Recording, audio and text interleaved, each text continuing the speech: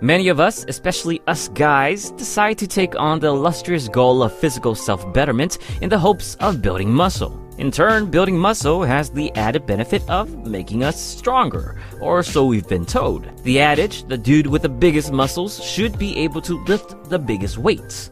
Now, there is some truth to that. Being stronger do to an extent require more muscle, and having more muscle generally means more strength. Especially beginners, it's a guarantee that you will get stronger and bigger once you start lifting, since any type of extensive muscle stimulation will invoke some degree of muscle hypertrophy and strength gains just from the novelty of training itself. However, although it is unlikely to increase one completely without the other, it is possible to train specifically for one. Doing so would indeed improve one more than the other due to some physiological differences in which we will be discussing in this video.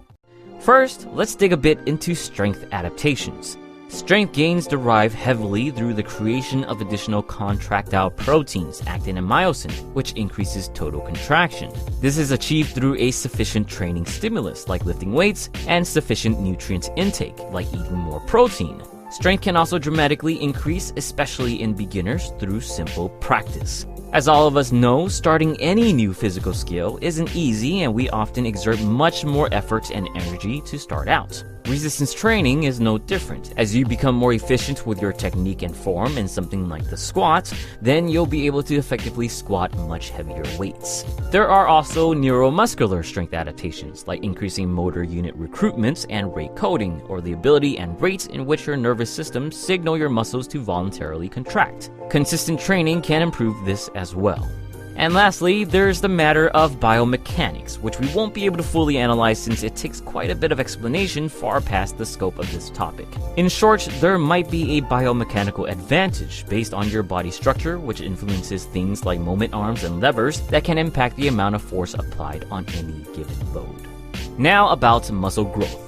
Similar to strength gains, increasing contractile proteins will also increase muscle mass. This is known as myofibrillar hypertrophy.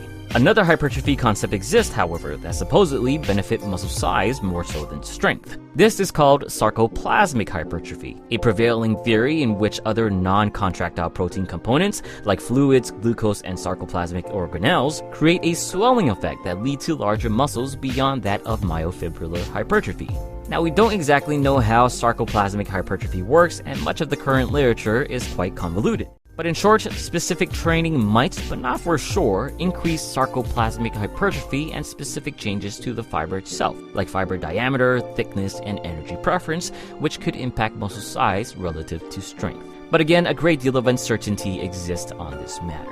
But the one thing that is much more certain is which training method suits which goal best. For muscle growth, undoubtedly the biggest training focus will be total work volume. In the most basic sense, total work volume is the amount of sets times the amount of reps times intensity, or the amount of weight you lift. The goal would be to accumulate as much volume as you reasonably can, and continue to increase volume session by session, week by week, and so on. You can do so by adding more sets, more reps, more intensity, or adjustments of all three. Typically, bodybuilders shoot for 3 to 5 sets of 8 to 12 reps with a moderate intensity, since it's kind of the sweet spot for accumulating volume at a relatively short amount of time. However, studies have shown that doing as many as 100 reps per set, or even just 2 to 5 reps per set, can indeed achieve similar muscle gains as long as total volume was the same. Strength, however, relies on volume much less. By far the most important piece of the strength puzzle, outside of practice, is simply intensity. In the same studies showing 100 reps achieving similar muscle growth as 5 rep sets, the researchers also found that in the case of strength, the lower rep group, which worked with much higher intensities, achieved by far the highest strength gains. One study also found that similar strength gains in the squat and bench press can be achieved with just doing one single set compared to doing 5 sets when both groups employed the same intensity. Simply put, if you want to lift heavier weights, then you have to train heavy. There's really no way around it. Common strength programs would have you working within the 85 to 100% 1RM range, with 1RM being the maximum weight you can lift just once. Now, of course, most of us probably want to get stronger and build muscle simultaneously.